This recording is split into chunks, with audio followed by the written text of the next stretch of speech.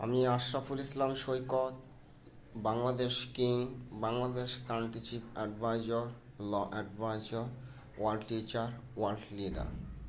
আমাদের বাংলাদেশিদের মধ্যে আমি নিজেকে আত্মপ্রকাশ ঘটিয়েছি, বহুবার বলেছি, প্রশাসনদের মধ্যেও বলেছি। কেউ কখনোই আমার কোনো কথা তারা বিশ্বাস করে নাই। বাংলাদেশের রোহিঙ্গা সমস্যা সমাধান করতে কোনো সরকারই পারে নাই, সব সরকার ব্যর্থ হয়েছে। দেশের জন্য ভালো চিন্তা কেউই করে না, সবাই দারিদ্র। তাদের চিন্তা হচ্ছে অর্থনৈতিক লুটপাট।